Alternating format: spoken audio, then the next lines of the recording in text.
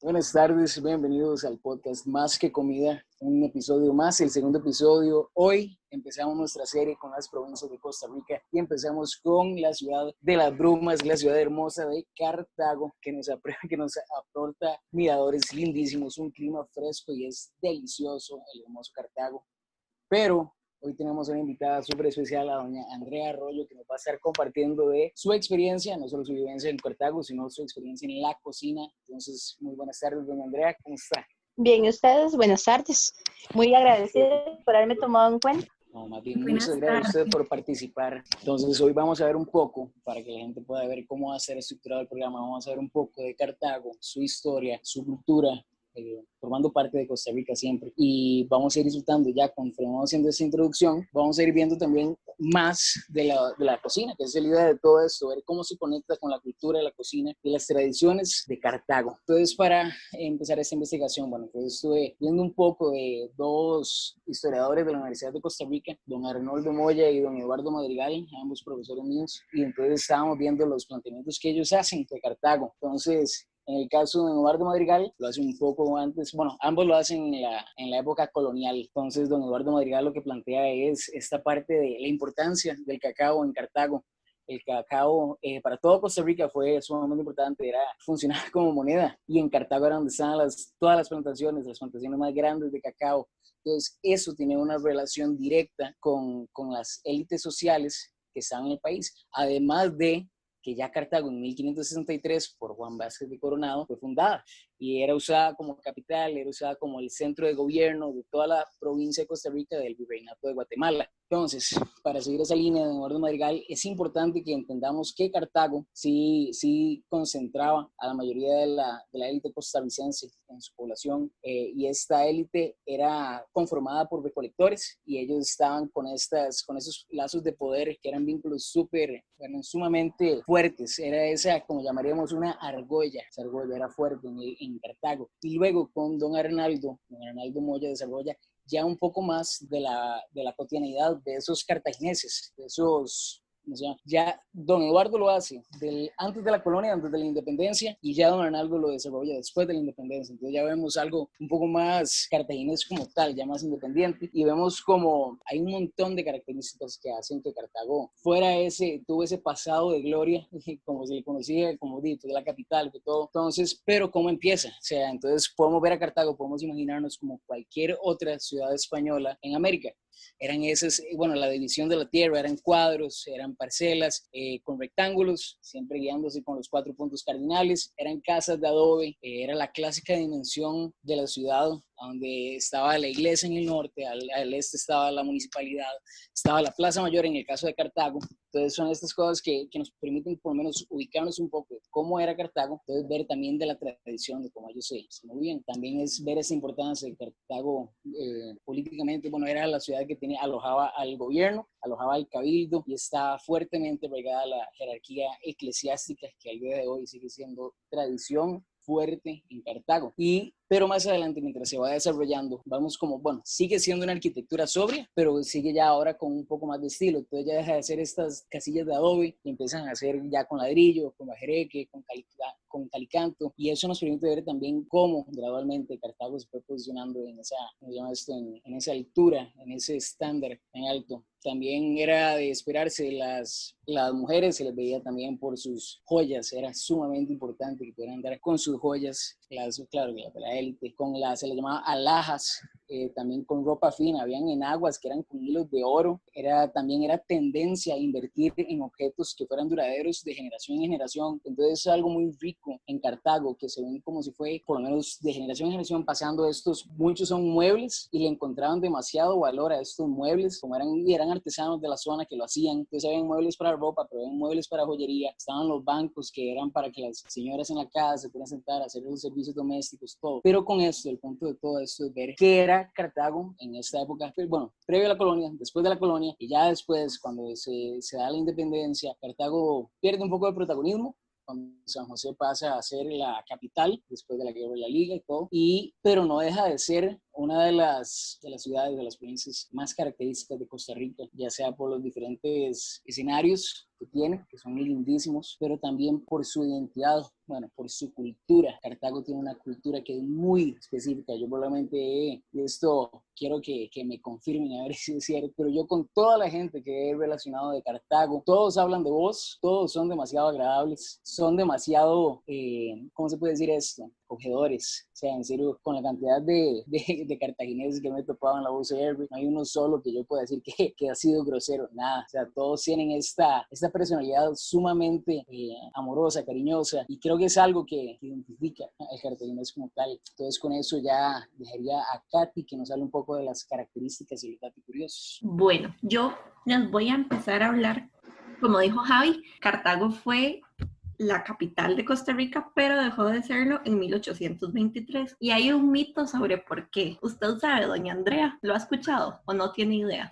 No tengo idea. Bueno, el mito dice que Cartago dejó de ser la capital de Costa Rica por toda esta guerra que hubo en el Ochomogo y que los cartagineses dejaron a la Virgen de los Ángeles sola en el altar. Entonces, como que por ese descuido perdió el nombramiento como capital. Ese es uno de los mitos del por qué se dio el cambio de capital. ¿Qué opina? Pues es interesante porque siempre se ha oído que que fue por los conflictos que hubo en Ochomogo y todo, pero debe de haber algo cierto. Bueno, además los cartagos no son así como no les gustan mucho los conflictos. Pero le quisieron echar así como que se fueran a pelear en otro lado. Sí, ese dato me pareció súper interesante.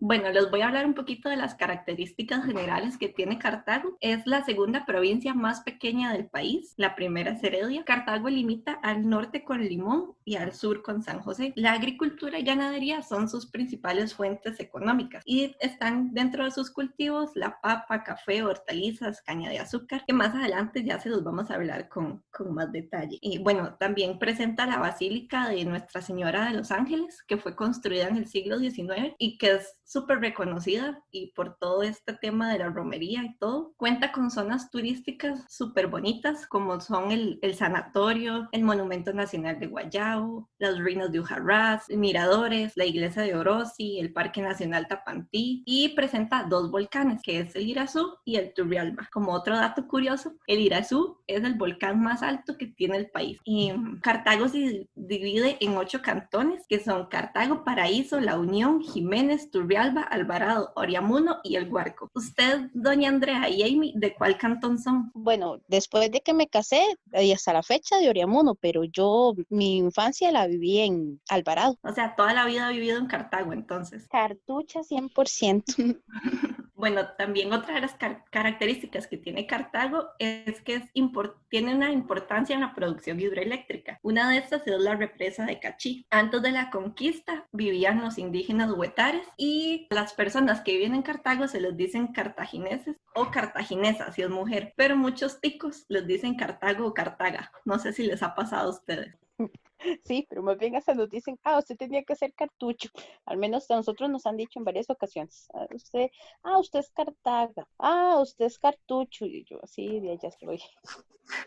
Bueno, y ahora les voy a hablar un poquito sobre los datos curiosos que encontré de Cartago. Uno de los que me llamó la atención es como la devoción que le tienen los cartagos o los cartagineses o los cartuchos a la Virgen de los Ángeles, y que cada año a la Virgen se le pone un nuevo vestido y que son los mismos fieles los que lo realizan y se hace como un sorteo para ver cuál vestido es el que se le pone a la negrita. Y también encontré que las ruinas de Ujarrás es lo único que queda de una de las primeras iglesias que fue construida en el siglo XVII, por ahí en 1570. Y fue declarada ya Monumento Nacional. Y así también está la iglesia de Orosi, que es la única iglesia que aún se mantiene, que tiene un estilo colonial. Tiene más de 265 años de construcción. Incluso uno puede ir a visitarla y está ahí también como el museo y cuenta un poco de las historias. Y también me encontré como la leyenda de por qué las ruinas de Cartago nunca se llegaron a construir. No sé si doña Andrea o Amy conocen la leyenda o tienen ahí una explicación.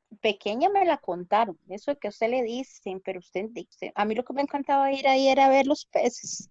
Y mi mamá nos llevaba, íbamos a citas, o tal vez teníamos que ir a hacer un mandado a Cartago y nos llevaban a comer a las ruinas. Se iban y compraban un fresco, galletas o algo, y nos llevaban a comer ahí y nos encantaba ver los peces de colores. Eso es y a usted le cuentan, pues usted no pone cuidado, ¿verdad? Usted está más interesada en los peces. Claro. Bueno, según las leyendas que encontré, las ruinas de Cartago se llaman antiguas ruinas de Santiago Apóstol y hay dos versiones del por qué nunca se lograron construir. La primera dice que es por la misma parroquia, como que nunca estuvo de acuerdo en dejarse construir en esa zona, entonces cada vez que le iban a terminar venía un terremoto, como ocurrió el primero de 1841, y la segunda vez que fue reconstruida en piedra para 1910 fue el otro terremoto grande y quedó en ese estado actual y no la volvieron a tratar de reconstruir. Pero hay otra leyenda que dice que es parte de un maleficio, por así decirlo. Porque al principio, cuando la estaban construyendo en 1841, se vino el temblor después de que hubo un homicidio entre hermanos que ocurrió dentro del templo. Se dice que un sacerdote fue el actor de dicho crimen porque asesinó a su hermano por envidia, pues estaba secretamente enamorado de la esposa. Lo juzgaron y decapitaron. Y de ahí sale la leyenda del padre sin cabeza y supuestamente se ven las madrugadas andando por las ruinas. No sé si les habían contado esa historia o es la primera vez que la escuchan. La primera sí me parece haberla escuchado. La segunda, eso no exactamente, pero sí siempre se dice que no la reconstruyen más porque no, si la vuelven a reconstruir puede volver a haber un terremoto. Ustedes saben, muy supersticiosos. Bueno, pero es algo característico de Cartago. Cuando uno va, tiene que ir a pasar a conocerla, por lo menos. Sí, tiene que ir a ver los pececitos de colores, dijo. Yo creo que, vea, no hay niño que no hay Cartago que se respete. Si usted tiene fotos, ni me diga que no. No hay Cartago que se respete, que no tenga una foto parada ahí. Hay un disque, no es ni un puente, es nada más una laja de piedra en medio de los peces. Y entonces los cartagoneses se paraban ahí para que le tomaran una foto. Y bueno, yo tengo foto ahí. Sí, mi hija me está haciendo que ella no, y le digo, sí, usted tiene. Yo también, ahora que recuerdo, tengo una con una capa amarilla porque estaba lloviendo cuando estaba pequeñita. Yo no tengo casualidad. Foto. Yo la verdad no tengo foto. Va a tener que ir a venir y ir a tomarse la foto. Va a ver, cuando vaya a ver, mire, y para uno chiquillo era un gran puente, una gran experiencia. Y es una lajita de piedra con unos tubos. Es todo sensacional cuando uno es muy niño, pero ya cuando crece, no. No, yo creo que yo lo más cercano que he tenido y la única foto que tengo es con la basílica, pero ahí con esa parte no. Pero bueno.